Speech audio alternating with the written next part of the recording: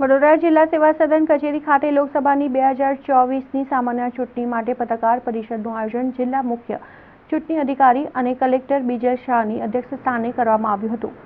વડોદરા જિલ્લાના મુખ્ય ચૂંટણી અધિકારી અને કલેક્ટર બીજલ શાહે માહિતી આપતા જણાવ્યું હતું કે વડોદરા જિલ્લામાં લોકસભાની સામાન્ય ચૂંટણી માટેની તમામ તૈયારીઓ વહીવટતંત્રે પૂર્ણ કરી દીધી છે. કાર્યક્રમની જાહેરાત મુજબ વડોદરામાં 7મી મેના મતદાન થશે. 12મી એપ્રિલથી ઉમેદવારી પત્રો સ્વીકારવાની પ્રક્રિયા હાથ ધરવામાં આવશે.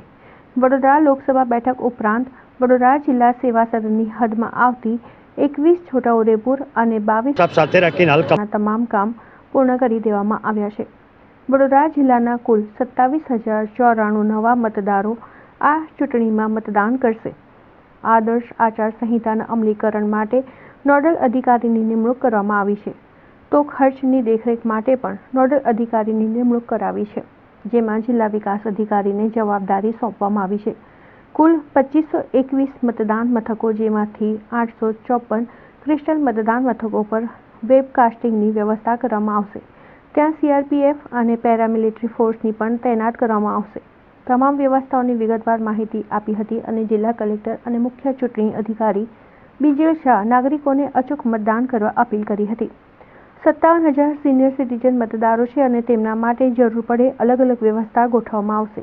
વડોદરા લોકસભાની સાથે વાઘોડિયા વિધાનસભાની ચૂંટણીઓ પણ તે જ દિવસે યોજવામાં આવશે. 15,703 કર્મચારીઓનો સ્ટાફ મતદાન પ્રક્રિયામાં જોડવામાં આવશે. 20,000 પોસ્ટલ મતદારો છે અને જ્યારે 19,32,348 કુલ મતદારો છે. એમસીસીના નોડલ અધિકારી 2 રાખવામાં આવ્યા છે.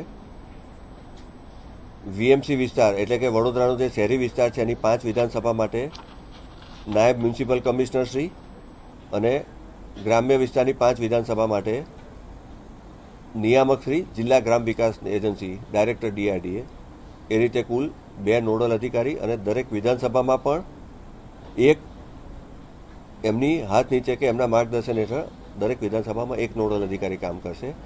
એ રીતે ખર્ચની દેખરેખ રાખવા માટે જિલ્લા વિકાસ અધિકારી શ્રી જિલ્લાના નોડલ અધિકારી તરીકે કાર્યરત રહેશે અને એમની દેખરેખમાં હિસાબી અધિકારીઓ અને એમની ટીમ કાર્યરત રહેશે.